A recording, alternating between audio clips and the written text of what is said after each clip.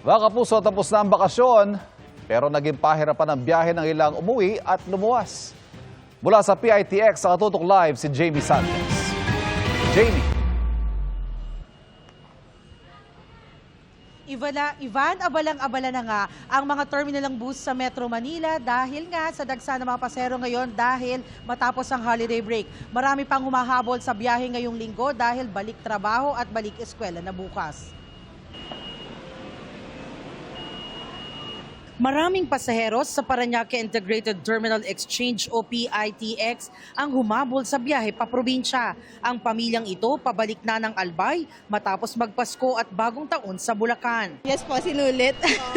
Nag-enjoy po.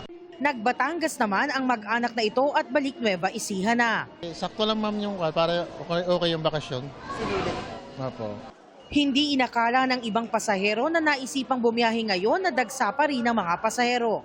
Kala ko po onti lang yung yung pasahero, pala marami pala. Sa Martes na po.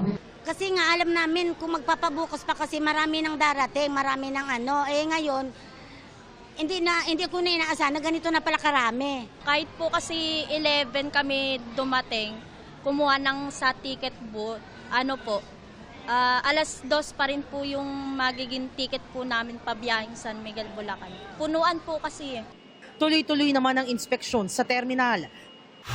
May ilang pasahero na rin kaninang umaga sa ilang bus terminal sa Sampaloc, Maynila. Sa Araneta City Bus Station, nag-aabang din ang mga biyaheng paprobinsya. Mahirap may magbiyahe kaya naghahanap pa kami kung saan basta madaling masakyan. Makita mga apo.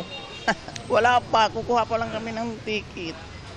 Puno siguro, marami pa nga pasahero. Mahigit 2 oras ding nakapila ang mga pasahero sa Lipa Grand Terminal sa Lipa City dahil kinulang daw ang mga bus ayon sa mga dispatcher. Fully booked na rin ang mga biyahe sa ilang bus terminal sa Camarines Norte at Sorsogon. Sa Calapan Port sa Batangas, pahirapan ng makabili ng tiket. Mahaba rin ang pila sa mga sasakyan sasampa sa Roro.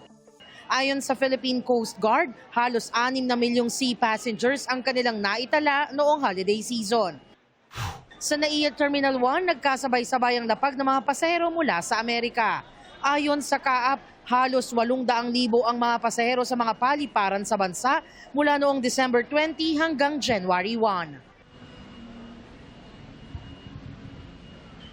Ivan, dito sa PITX, inaasahang marami pang pasaherong hahabol para umabot sa pasok bukas. At yan ang latest mula rito. Balik sa iyo, Ivan. Maraming salamat, Jamie Santos.